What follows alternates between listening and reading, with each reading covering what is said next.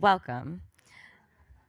Thank you to everyone joining us online and here at the ASU California Center at the historic Herald Examiner Building. With great respect, Zócalo Public Square acknowledges the Yuhavatyam, the first people of this ancestral and unceded territory of Yagna that we now know as downtown Los Angeles. We honor their elders, past and present, and the Yuhaviatum descendants who are part of the Gabrielino Tongva and the Fernandeño Tatiavam nations. We recognize that the Tongva are still here, and we are committed to lifting up their culture and community. As Kuyam, we recognize our responsibility and obligation to care for their land.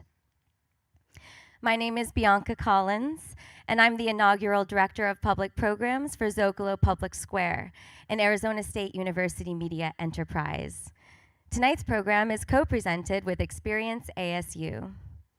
At Zócalo, our mission is to connect people to ideas and to each other. Everything we do is free and everyone is welcome. We publish original writing and present conversations like this one. You can find us at zocalopublicsquare.org, on social platforms at The Public Square, on podcast platforms and YouTube. So please subscribe and keep up with our latest programs. Our next program will be held in Bakersfield on Thursday, October 6th, where we'll be asking, can rural education survive the 21st century? Please join us online or in person to explore how rural schools can prosper. Tonight, I'm pleased to introduce our moderator, Julian E. Barnes, national security reporter at the New York Times. We're in for an excellent discussion. Over to you, Julian.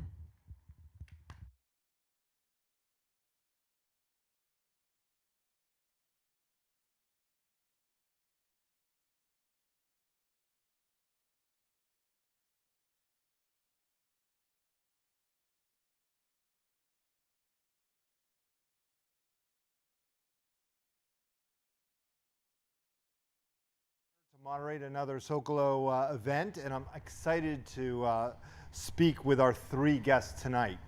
I'm going to introduce them.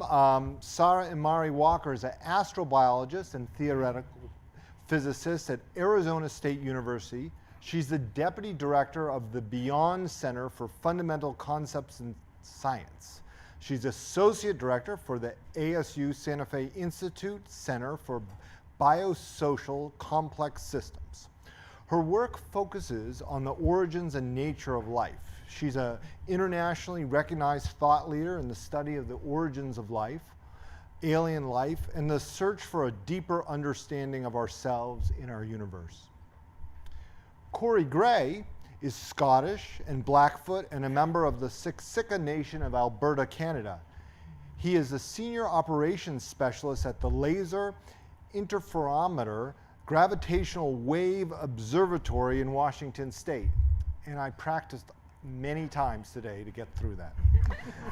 At LIGO, he has worked on teams to both build and operate gravitational wave detectors. He was part of the team that made the first direct detection of gravitational waves in 2016, for which the founders of LIGO were awarded the Nobel Prize. Corey is passionate about science communication, particularly for indigenous youth and other underrepresented groups. And he recruited his mother, Sharon Yellowfly, to translate the LIGO scientific documents into the Blackfoot language.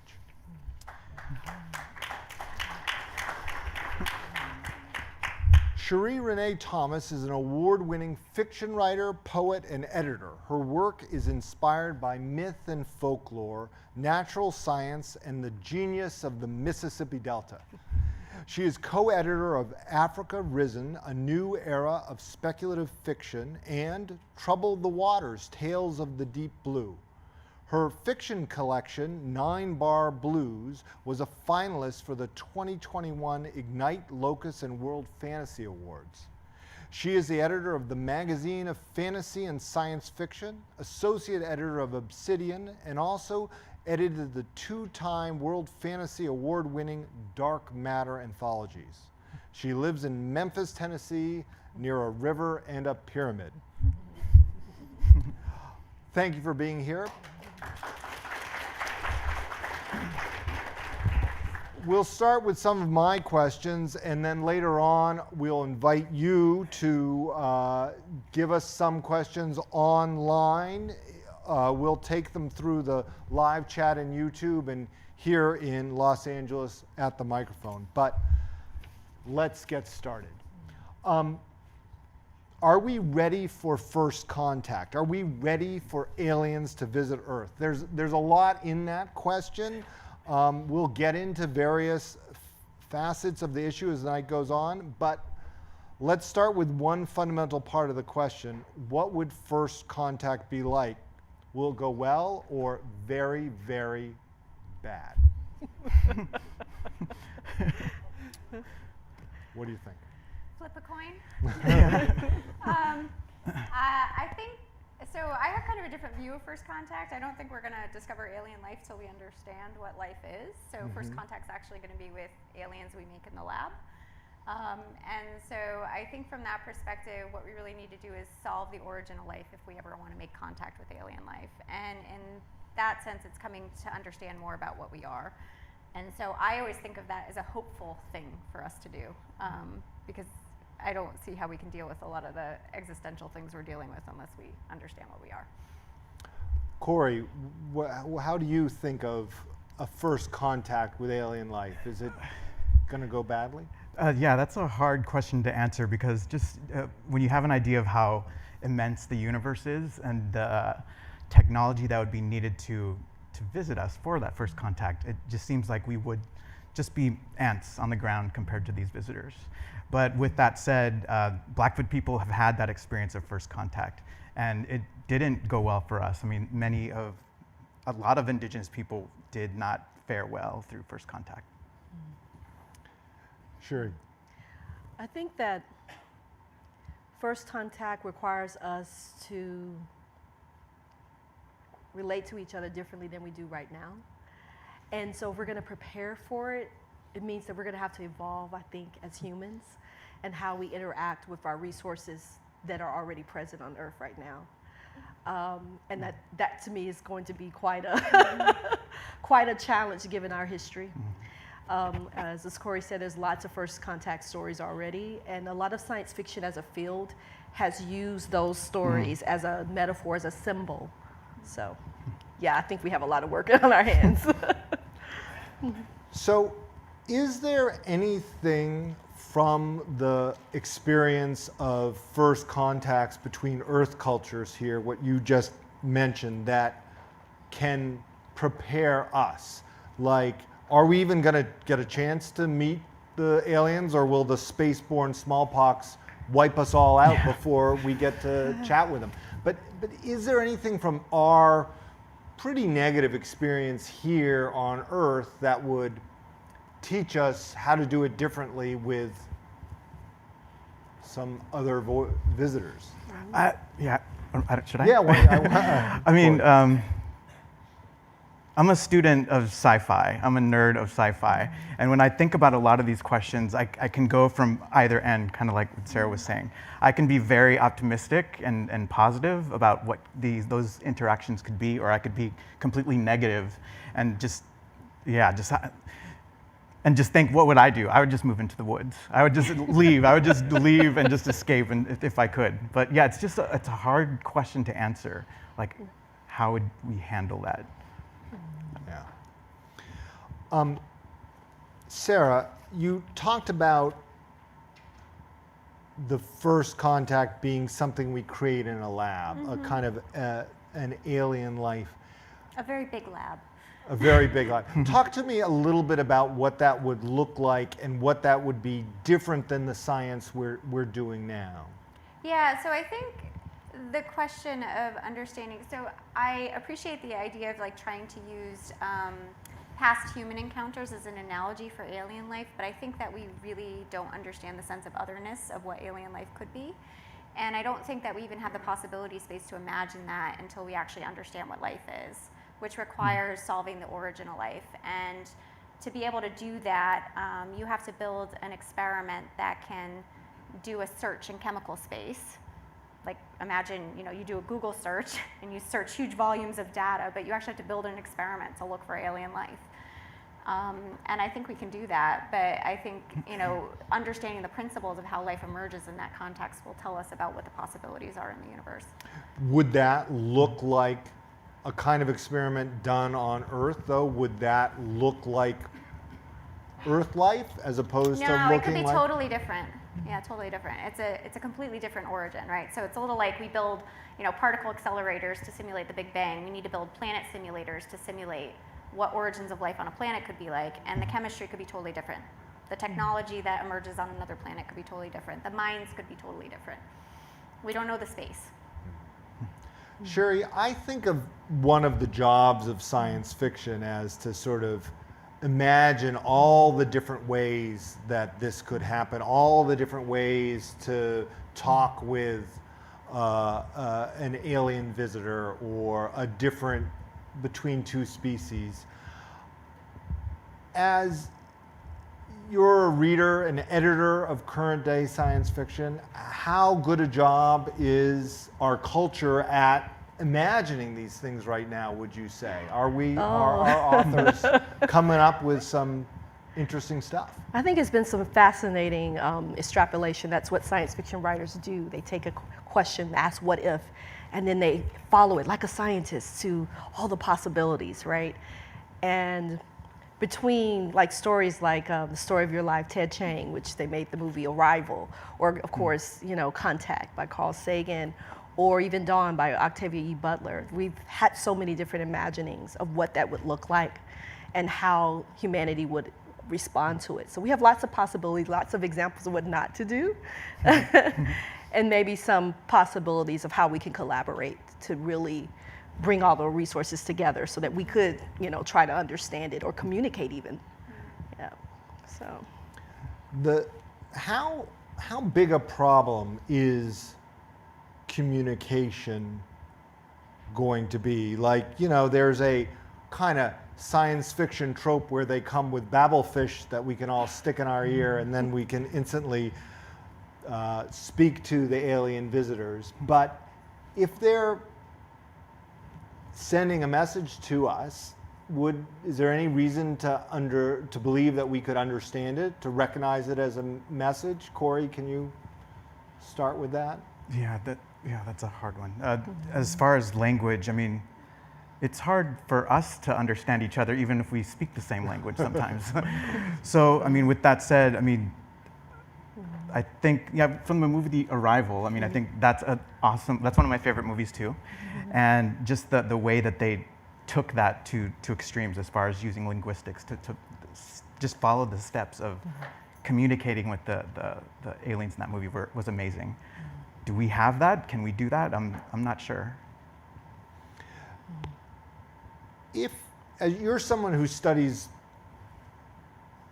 galaxies, black holes, thousands, you know, hard to conceive of how far away. But would we have a message that would come to us 1,000 years before someone arrives here? Is that possible? I think Sarah might know better than that. I mean, Well, both will weigh in, either way. Yeah, I mean, radio signals, I mean, that's one way we look at ways of receiving any kind of information from other cultures or civilizations. LIGO would not be able to do that, right. though. The science of LIGO involves violent, strong gravity events. So these civilizations would need to have the power to move black holes and smash them into each other. So I get a lot of questions about that. We can't communicate with aliens with LIGO. That's good. But yeah, radio waves, I think, is one of a primary one. Like that's what SETI uses primarily. Sarah, what do you think about that?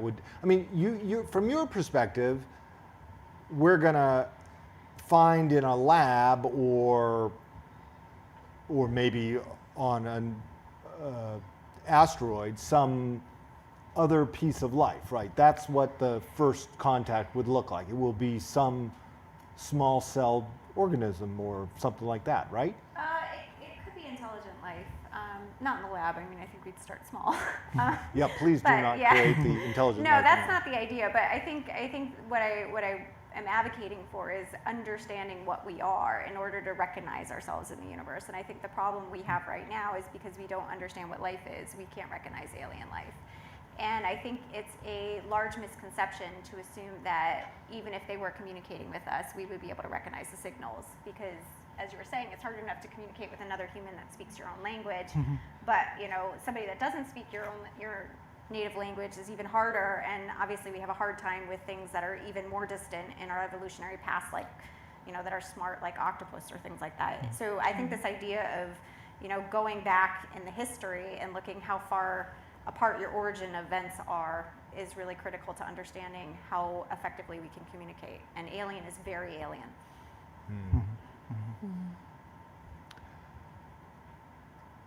Sheree, what's the most interesting story that you've edited or read or worked with on alien communication between two alien species? I haven't actually worked on any stories like that that are dealing with two different aliens. The things I'm most familiar with are some of the classics, right? And it's a story that has fascinated us since we started, thinking about science fiction, or since we started conceiving that there are other planets outside of one that we're living on, right? So it's a very ancient concept, this first concept thing. And the thing that kind of connects it is this desire for humans to be better than what we are. Because think about it, if we actually are able to communicate or to finally recognize what life is and to be able to communicate with it, so much of what we take as reality is going to change. It's going to have to change. Just the concept of where we are in the universe and where we are in relation to each other. So a lot of the science fiction stories that I love most are taking that meeting ground of, okay, so we do interact with these other beings. How do they help us understand more of what it means to be human? How does it help us to create other solutions and tools to be better so that we can even get to a point where we are worthy of being in contact with some other forces? Because like you said, if they're going to be able to contact us, we're going to be probably like as interesting to them as ants. But then we know that there are some people on the planet who love ants, who study them constantly. We might need other species to be able to communicate with other forms. And that's the fun thing I love about fiction, that even though we have these old stories, there's always someone that's going to come up with a whole nother angle on it. But most of the science fiction today is moving past this concept of if they're out there, but is how are we actually going to change in the meeting? So let's take that and let's have Sara and Corey react to that. It is true, it seems, in science fiction writing and movies that the first contact brings out a better human. We unite together, we work together, but is that at all realistic to think? Wouldn't it also be realistic to think that like any external force in society today divides us? I mean, where's this positivity coming from? I mean, I don't know. Yeah, where is it coming from? I mean, it's that whole idea of where your mindset is or where you're coming from. I like to see positivity, even though this world can be kind of a negative place to be, especially now. But I still think that contact with alien life could be something we need. It could be something that helps us. It could be something that makes things better. But this is me being a hippie, I think. So I don't even know if I should even be thinking that. But that's a hard question. I think I do have the optimistic kind of mentality for it, I guess. Sara, what do you make of that? Or do you have optimism? I'm also in the hippie optimistic club. But in all seriousness, I think a lot of the discussion that we're having globally on the phenomena of alien is in some sense preparing us culturally for what first contact might be like. So I think it's important to pay attention to the narratives that we tell ourselves, which is why storytelling is so important. And I think a lot of it looks to me like we're trying to make sense of a phenomena we don't understand, and we try to regularize it in different ways. And I think that we're hopeful that it might lead to positive transformative change, which is why the narratives tend to be positive. And I think that's suggesting that we have a deep need to understand ourselves. because we want to see ourselves. What do we look like from the outside? I mean, science fiction has been a good way to sort of, or ways that authors have looked at humans, right, as much as they have looked at aliens. As a scientist, I'm asking you as a scientist to be a cultural critic. Are we imaginative enough in our fiction and our, movies and culture about what alien life would look like or how it would interact with us, or is it beyond our imagination as humans? My short answer is no, we're not imaginative enough, because if we were, we would have solved the problem already. But it doesn't mean we can't be imaginative enough. But I think the real problem is asking the right questions and thinking about the phenomena the right way. And I think right now, a lot of people are kind of focused on this idea of alien as other, something not to be understood as I see some phenomenon, I can't explain it, therefore it's a UFO, therefore it's aliens. Instead of trying to look at alien as a universal understanding of what life is in the universe, and we ask the question from that perspective, what kind of questions do we ask and what kind of answers do we get?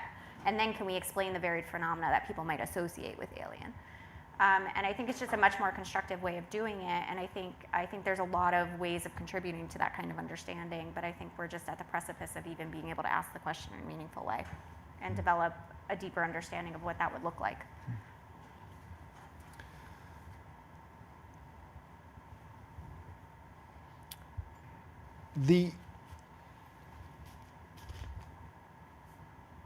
I will confess to being a bit of a pessimist on the alien visitation. There's one in every crowd. But I'm going to ask another question to indulge your positive vibes. And so let's say we get the, pointy-eared mavens of logic from Vulcan coming down as our first visitors. Kindly aliens offering us amazing advanced technology. What do we need to do to make sure we use it responsibly? Could we even be trusted with it? Wouldn't we make a mess of that too? And shouldn't we have to solve our own problems here first? Is it just a fantasy to have somebody come solve our problems? Yes. I'm going to hear you guys.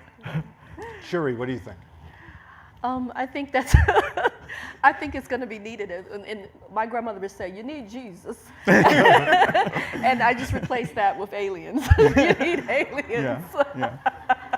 We would need some type of divine or extraordinary force that would know to give us a tool that we cannot mess up. You know what I mean? It would have to be human-proofed. Human-proof it so that we are successful. It's a part of this ideal that we don't want to be the meat, right? So, to serve man. If you've ever watched that amazing episode of Twilight Zone, we don't want that to happen, right? So we want this kind of benevolent force that comes, that understands us, has studied us long enough to see our weaknesses and to anticipate them, so that when it comes, it is able to help us reach for those better selves, But yeah. I could jump in with just being pessimistic. Please. Mainly for this event, I was wondering why me? Why would I be asked to be up here? And so I asked my family members this question about what they thought of it. All of them were pessimistic. Yeah. My brother, he's a natural pessimistic person. He says we just have to bend over and we're done. We won't even have a chance. My uncle said we need to put every virus we can inside of our bodies so we would be protected, or we would have that as weapons against any kind of visitors. And they're creative. Or he was. But yeah, those are very negative things to do. But I guess they're just thinking of what we would be up against in a negative way, like a negative interaction. But I feel like we've been primed for that with a lot of the science fiction movies that are marshaling our military strength or you know, forces to try to defend ourselves against, you know, what we assume will be a colonial alien force, right? Because so much of human existence, that's written at least, has been a colonial experience around the world, right? So we assume, we're projecting, right, that this unknown life out there would have the same mission and the same objectives and values. So there's that. Hopefully not, but yeah.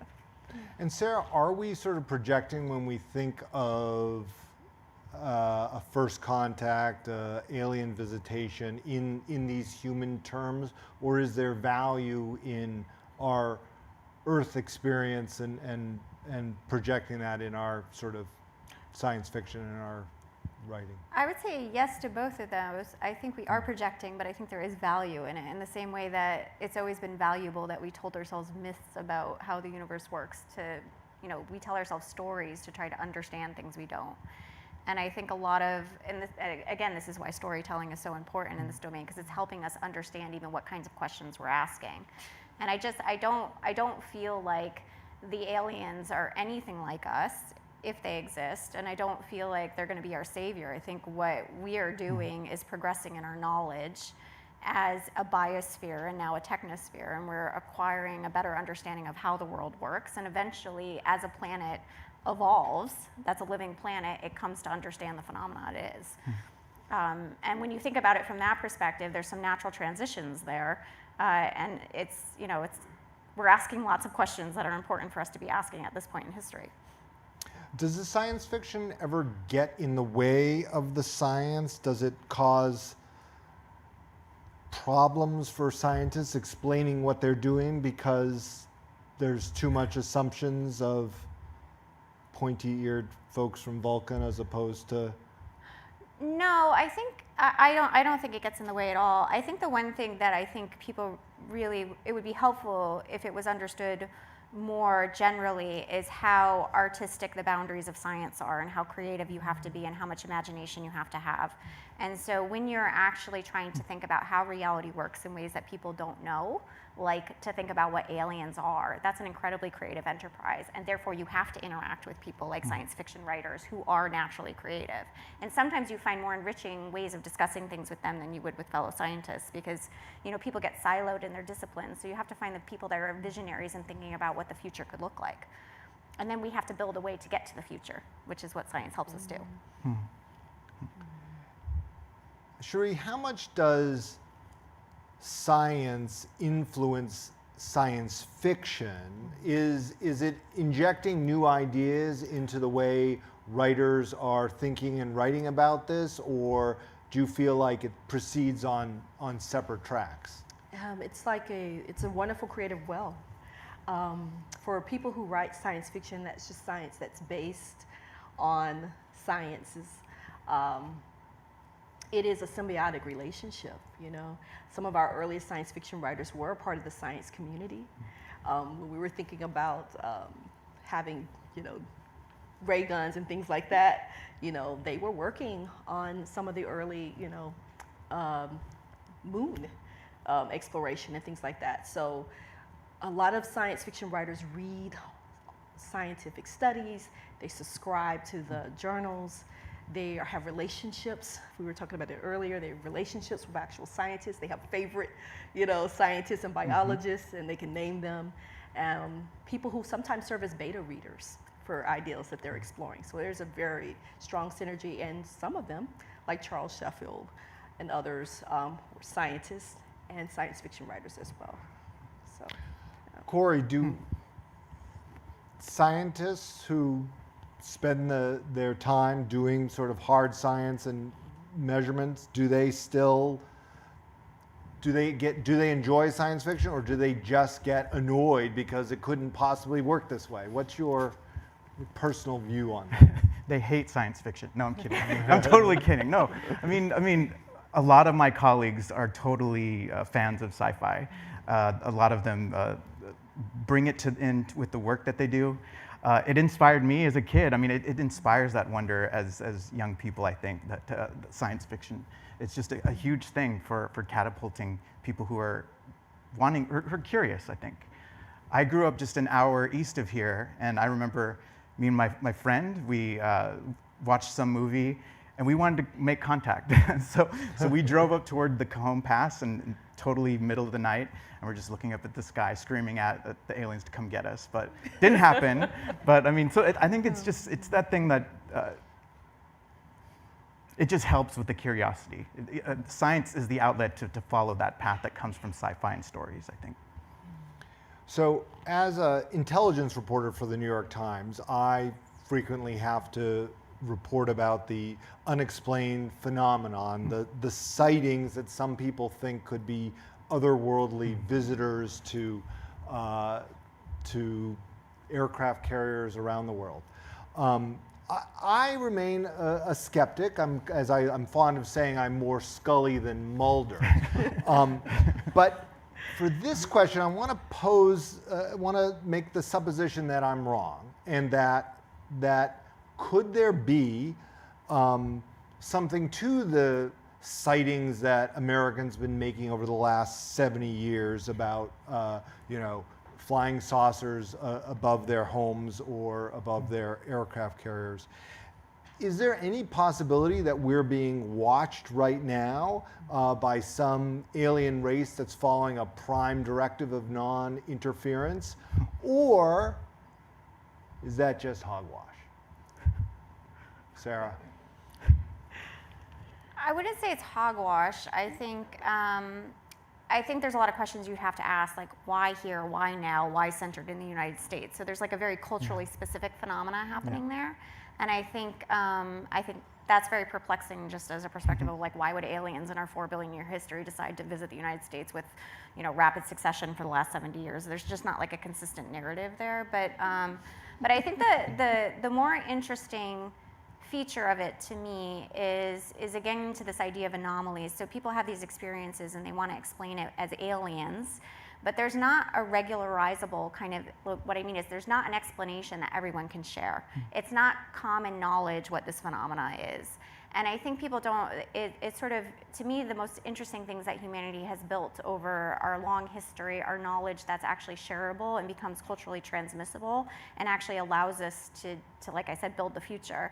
And right now, aliens are just kind of their noise in the background of a lot of people talking about things. And there tends to be a lot of, frustration that that's not being recognized, but it's not recognized as a phenomena everyone can share and understand.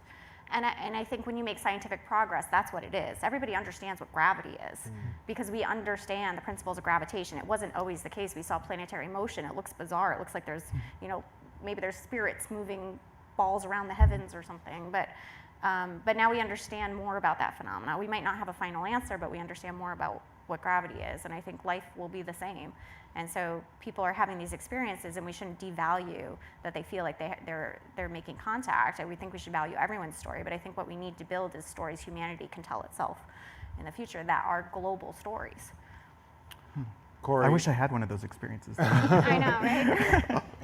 Corey, is there any possibility we're being watched and only a few folks are lucky enough to know? I'm not going to say no, but I guess I would need to have some data. I'd need to have some evidence, I guess, to really answer that question, I guess. But maybe they're sneaky enough to be able to hide that, though. I don't know. Sheree, why do we like these? Why are we fascinated by these stories, or why do we, when there's a video of something unexplained over a Navy ship, why do 7 million people read that story? I think because humans love this sense of wonder. That is the whole purpose of science fiction, is to create a sense of wonder in the world. And so we're like you spoke about curiosity. We're deeply curious as a species, and other life forms on Earth are deeply curious as well, right? But we also want to connect with something I feel is greater. And I just want to speak for the people on the planet who have believed that they've already had contact with other forces.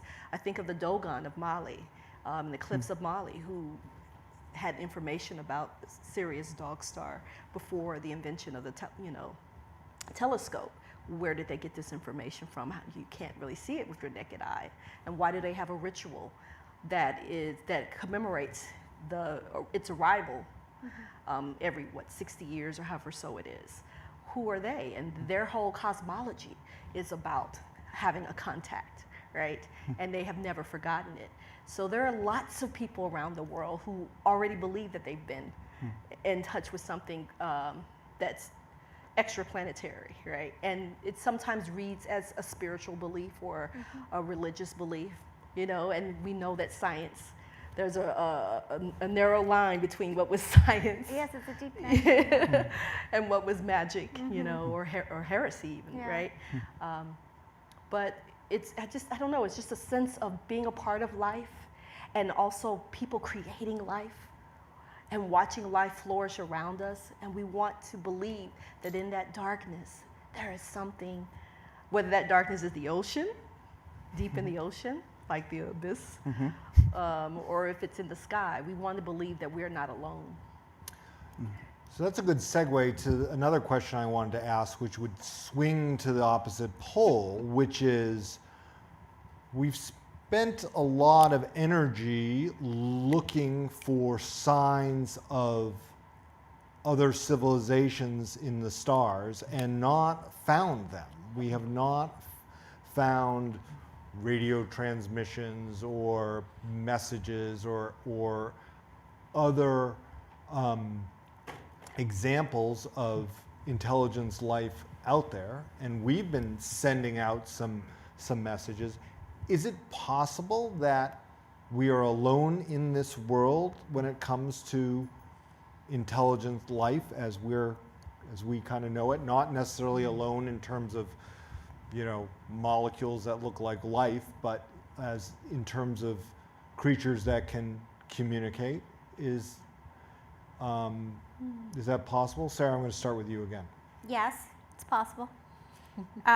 So, I mean, a lot of people want to make speculations that surely the universe is so large, there must be alien life out there somewhere. But based on what we know, you know, evidence from life on Earth, we know of entirely one planet that ever had an original life event happen. And we don't understand how that happened, and therefore we can't extrapolate beyond our planet to actually say this is a common phenomenon in the universe. It could be the rarest thing that ever happens.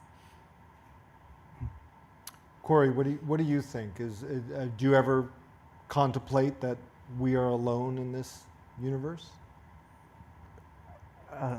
Yeah, I'm one of those who speculate the universe is so big that probability-wise there must be many other planets that could possibly have similar ingredients to make life similar to Earth.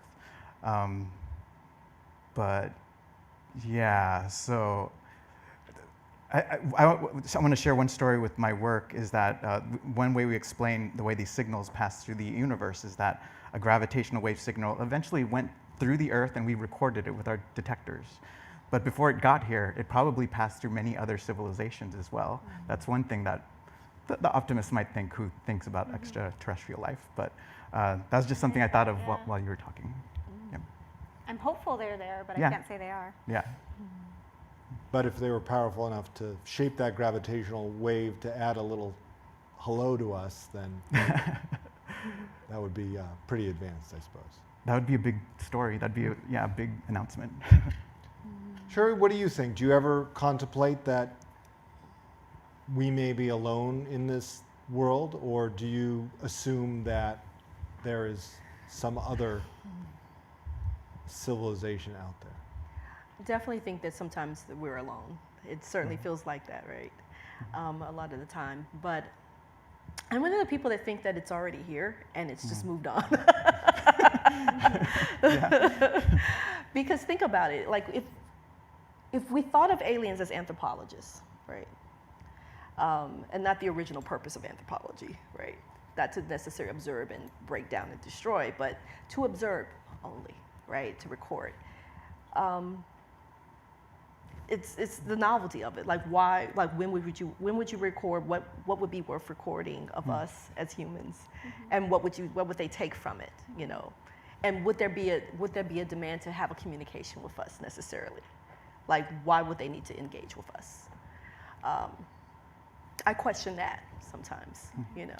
Do you think that if we became the spacefaring people of the universe, and we encountered another planet, would we have the discipline to observe only and not interfere? Absolutely not. We have not demonstrated that discipline yet.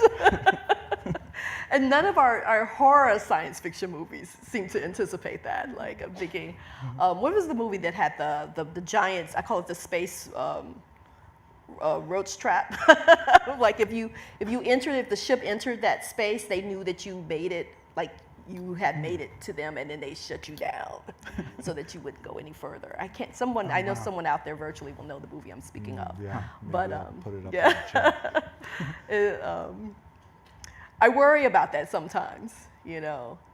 Because think about it, we have so much space junk out there right now, floating around, just floating around in space. And if we're able to colonize and terraform some other planet, which is another great theme in science fiction that people love writing about, are we just going to impose the same challenges on another planet or another asteroid belt or whatever that we have here?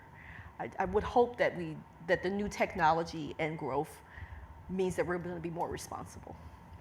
Yeah, I always wonder if people want to fly to Mars and terraform Mars into making it look like Earth, and I'm always like, well, why are you going to go and Mars is Mars, leave it alone. Yeah. I mean, and you know, and why do you need to abandon this planet? You know, let's. Yeah, is it going to be like Hilton Head? Like we're going to go there. We're going to be golfing on Mars. I don't know, like. Yeah, I mean, Mars kind of looks like Earth after the climate disaster, right? Mm-hmm. So it's like, you know. Before I go to the audience questions, which I'm going to do shortly, very shortly, I want to ask this. I want to say, like, discussing aliens is totally fun, and I love doing it. But another Scully type question. Is there a danger by suggesting that aliens are real? Are we enabling conspiracy theories on Earth? And the last several years have shown that as Americans, we can't really handle the fun conspiracy theories. They go to dark, irrational places quickly. And how do we think about aliens without going all Mulder, without going all government conspiracy? How do we think about and talk about these things in a way that doesn't undermine our society and democracy, but does what science fiction wants to do, solve the big questions of humanity? Sheree, what do you think about that? It's a tough question. Like you're asking, how do we do something for humans and then have them not behave like humans? Yeah. I mean, one thing that was a joke in the science fiction community was right when the pandemic started. We had all these novels, right? And the responses for humans in a pandemic situation were to trust science, to follow the suggestions of scientists, and to follow the rules for the most part. And we're like, got to change a whole lot of books now, right? Because there's going to be a large contingent of people who are going to, feel very differently about whatever is happening.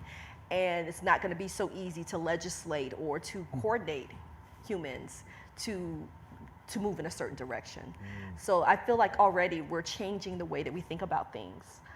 In terms of the creative part of it, the extrapolation, the fun part, the world building part of it, because now we have a little more data about how humans respond. But when you go back and think about other pandemics, like the yellow fever epidemic, there were blues songs that actually sang about the same issues that we were facing during the COVID pandemic in the early days of the quarantine, that people didn't want to stop going to school, that people didn't want to, they didn't want to follow any of the rules. There's literally blues songs about that.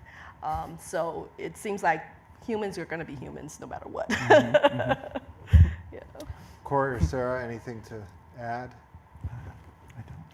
I think it would be helpful if we could embrace the unknown as the unknown and just say we don't know. I think there's always a tendency when there's an unknown phenomena for someone to come in and claim explanation or claim control over the narrative, and I don't think that we openly, as a society, are willing to publicly have like cultural discourse about things we don't understand. And the big questions are all about the fact we don't understand, and we have to talk about these things to answer them. This has always been true throughout human history, and most of the problems are solved through dialogue. Science is built on dialogue between different people thinking about the same problem. And so I think embracing the uncertainty and having open discussions where people can air what they think about it and actually accept there's no answer would be very helpful. Excellent. Okay, let's hear from the audience. If you have a question, you can come line up here by the microphone. I'm going to get us started with a question that was submitted online. Someone asked if the James Webb Space Telescope discovered technosignatures like a Dyson sphere, how would the scientific community proceed with disclosing it to the general public? Corey, do you want to? I don't even know what that means. Sarah. So I think what we would do is say that there's an anomaly that we don't understand, and this actually even happened before with Tabby's star, which was a star that had some irregularities in its spectral signature, and people thought maybe there was some alien megastructure around the star. It takes a long time to process data and actually have, come to understand what the phenomena is. So I think scientists are in general pretty open when they have data sets they can't explain. Thank you. All right, so let's go to our first audience member. You can come up here into the light. Thank you. Hi there. My question is kind of two parts, so forgive me if I take a long time. But I feel like we need to start making a distinction between the concept of alien versus the concept of extraterrestrial, because as you mentioned before too, there is coming to a point now where we're encountering other forms of intelligence here on Earth, AI, for example. And then also I think back to Ted Chiang's The Great Silence, where parrots in the rainforest were contemplating the Arecibo telescope, wondering why humanity is looking elsewhere for intelligent life when they're right there waiting to be communicated to. So just wanted to see what your thoughts about that are. Even here, even among humans, we think of immigrants as aliens sometimes. So I feel like there needs to be that distinction between alien, now non-human, versus extraterrestrial. And then when I first found out about this panel, immediately I thought about the science fiction work, The Left Hand of Darkness, which, as we all know, has a lot of layers to first contact and how humanity and how humans deal with both the political and socioeconomic, and then also just dealing with different ways of being human. And I just wanted to hear your thoughts about that. And me as a politician, it's really interesting to contemplate how we should, in terms of politically, deal with other intelligent lives, treaties, or if we make a federation, or how do we decide laws governing different species and different ways of thinking. So just wanted to hear your thoughts on that. Sheree, do you want to start with that? And then... Yeah, I absolutely love Ursula K. Le Guin. So thank you so much for mentioning her amazing work. I had a chance to study with her out in the Malheur Field Station under, I think, the second darkest sky in the country at the time. I just think that we talk about these things and we don't include ancient indigenous knowledge as a part of the discussion. There are peoples who are alive on the planet right now who already recognize non-human life as sentient, as autonomous, and as sacred. In parts of Africa, they have determined that a tree is a person, right? And have created legislation to protect that tree, to keep it from being cut down, unlike some of the redwoods that are being cut down in California, unlike some of the cousins of the redwoods in Mississippi that have fallen as well. So there are people who already maintain these values. We just don't listen to them. And we don't often have them seated at the table of power to help us and inform us on some of the world-changing decisions that are being made, mostly out of corporate interests. So once we start bringing back that wisdom into the rooms where power is being discussed and where decisions are being made, we will have different kinds of conversations and different results. But we're, at this sense, there are people who have those answers right now. Anyone want to add anything, or should we grab another question? We'll grab another question. All right. Hi, I'm Philip. I guess my question is, this idea of first contact is actually a very broad idea that can encompass a lot of very different things. And it feels like it's maybe more helpful to partition this into maybe several different component ideas. Like, for instance, one type of first contact might just be finding biosignatures in the ocean Enceladus of bacteria, which is very different than finding green aliens with pointy ears or whatever that land in your front porch. Can you speak a little bit about how one might respond to these, how one might want to categorize these very different types of events? It almost feels like these are almost completely different topics. Or do we want to just focus on perhaps first contact of sentient type beings? Sarah, I feel that's a question for you. What do you think? Because it seems like it was going to your point a little bit about thinking about these in different ways, and the first contact being with a strange protein string in a Well, I big think lab. it's a bit subjective, because in some sense, and it's an excellent question, it's asking what do we value in making contact with alien life, and different cultures and different people might have different values. So many people might only care if it's intelligent life and not care if the universe is populated with microbes everywhere. Who cares? There's nothing else like us. And other people might be satisfied at the level of understanding we gain by studying microbes. For me, because of the sort of level I think about things, and I'm really more interested in just the phenomena of life broadly, I think all of those things will effectively contribute to answering the same question. So I see them as the same thing, but that doesn't mean that everybody shares that value. All right, let's take the next question. Hi, my name is Daniel, and I have two questions, actually. They're pretty short. The first is, I'm sure you've heard of a famous Chinese science fiction trilogy called The Three-Body Problem. I don't know if I missed it, and you discussed it earlier, but in it they advanced this theory that if there are aliens, if there are extraterrestrials, intelligent, sentient aliens, that they would be hostile, that it's safe to logically conclude that they would be hostile. I don't know if you discussed this already, but I'd just be curious to know you all's take on the idea that if there are aliens and if we do discover them, we should hide or run away. And that's what it says in the novels.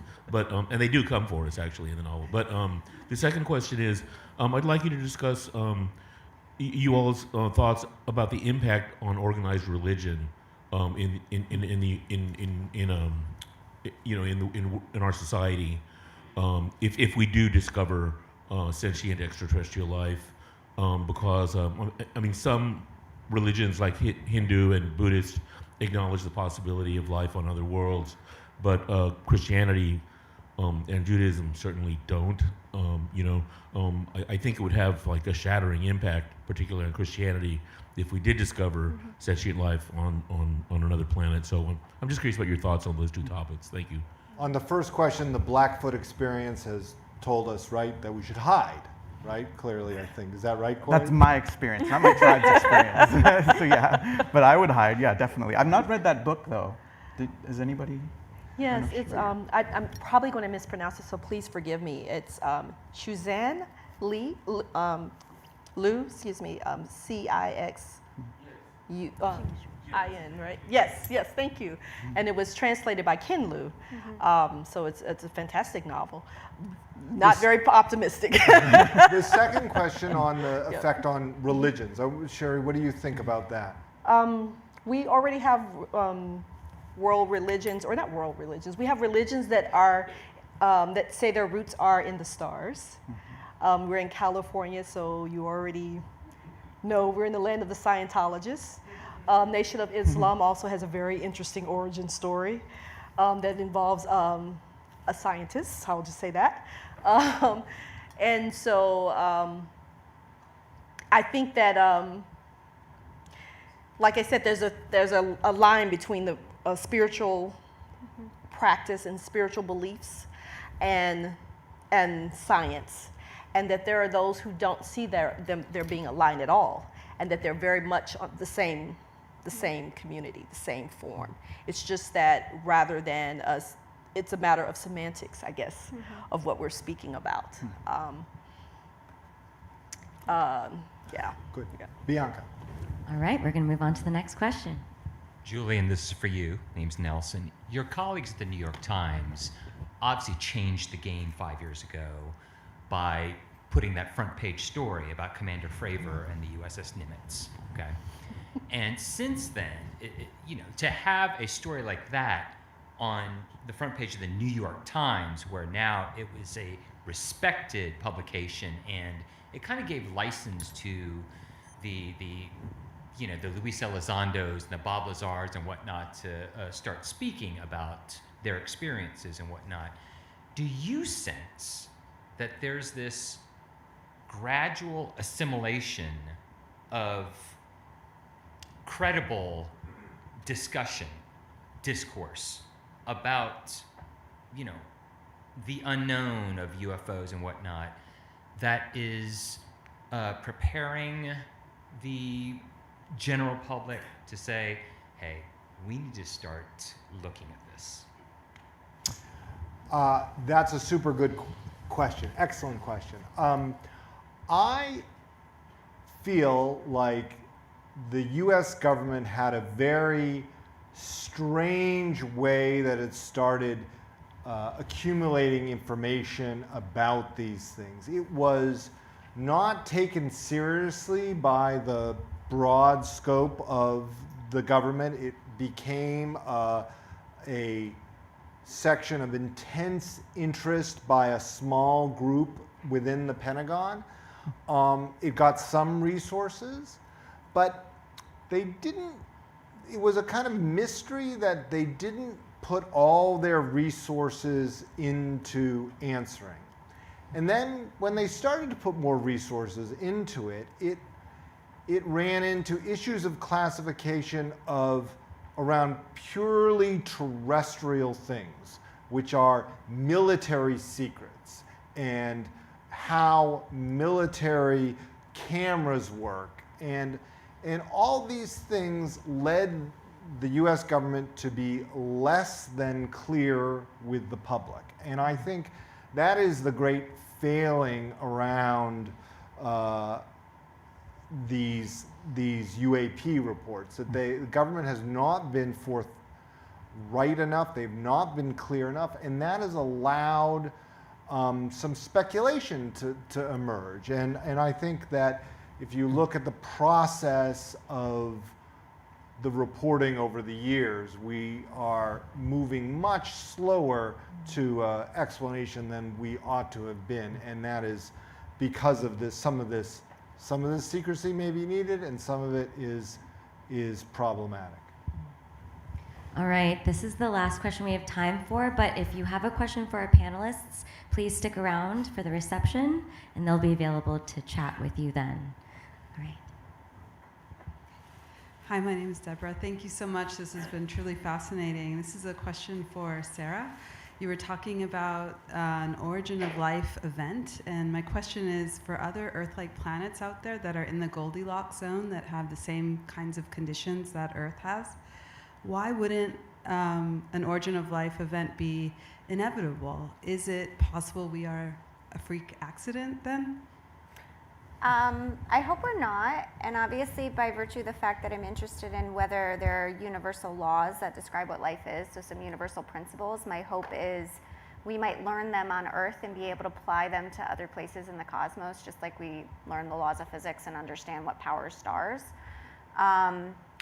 So I'm hopeful that we can figure it out, but I wouldn't say that necessarily every Earth-like planet will give rise to Earth-like life or any life. It might be rarer than that, because we don't know the exact circumstances, and we don't know how long it takes, we don't know how much stuff it takes, how much diversity of chemistry is on a planet. And a lot of people even think about the origin of life being a local thing, like it happens in a geochemical vent somewhere, but it might be a planetary scale phenomena and requires mixing over different geochemical time scales. In the same sense that technological transitions require technology mixing over different time scales for globalization. So I think there's just a lot we don't know. We're out of time, so I want to thank you all for your excellent conversation. It's been an honor to speak with you. Thank everyone in the audience tonight. You'll be able to find a summary of our talk at zocalopublicsquare.com by tomorrow, plus interviews with our panel members. Please do subscribe to the Zócalo newsletter and podcast for more great conversations, and follow us on social media. Everyone, please stay for the reception to meet each other and continue the conversation. Sarah, Corey, Sheree, thank you again for a fantastic conversation. Everyone, give them a round of applause.